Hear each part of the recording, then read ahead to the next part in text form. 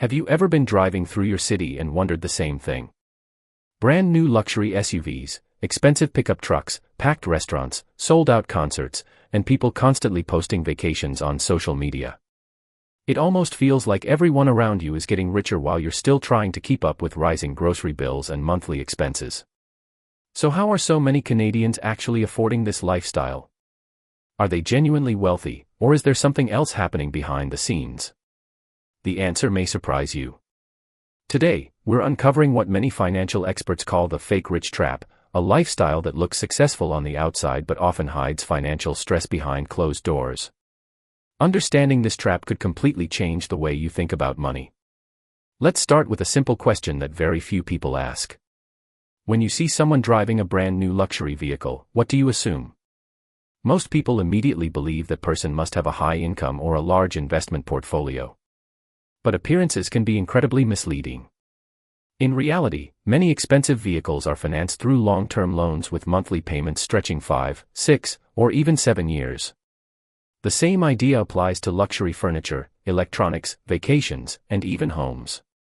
Just because someone owns something expensive doesn't necessarily mean they can comfortably afford it. In many cases, what you're seeing isn't wealth, it's debt. Access to credit has made it easier than ever to look financially successful without actually building lasting wealth. Social media has made this illusion even stronger. Every day we're shown carefully edited highlights of other people's lives. New cars, dream vacations, expensive dinners, shopping sprees, and perfectly designed homes fill our screens. What we rarely see are the credit card balances, loan payments, financial anxiety, or sleepless nights that sometimes exist behind those posts. The problem is that we naturally compare our everyday life with someone else's highlight reel. Over time, this creates pressure to spend more simply to feel like we're keeping up. But financial success isn't measured by how impressive your lifestyle looks online. It's measured by the strength of your financial foundation. Another major reason people fall into the fake rich trap is lifestyle inflation.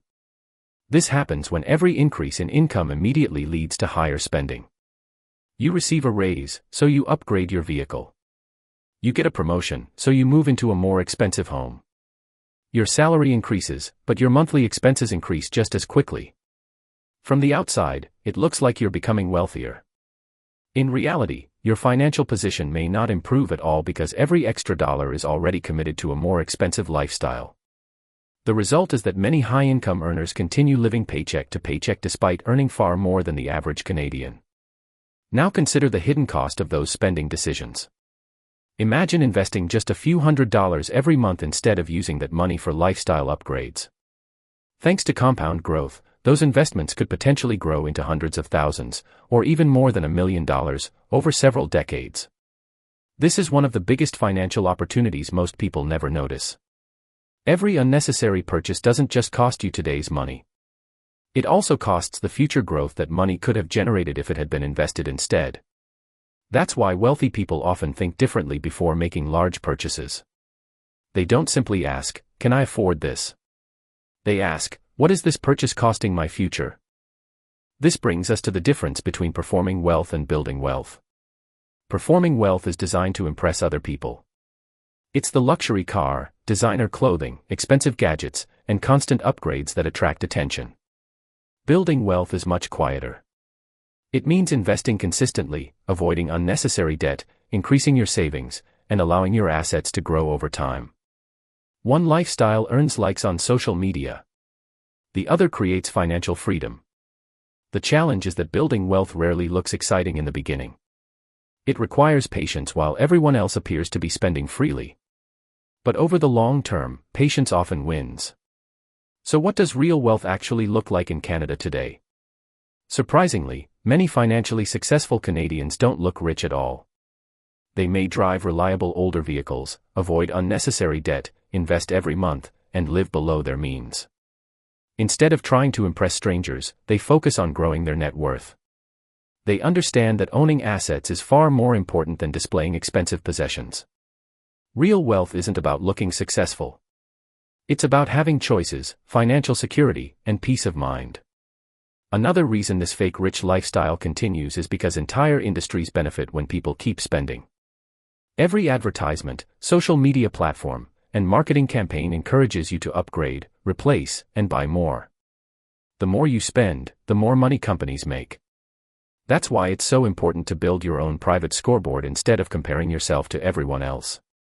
Rather than measuring success by cars, vacations, or expensive purchases, measure your progress by your savings rate, investment portfolio, emergency fund, and net worth. Those numbers tell a much more accurate story about your financial future.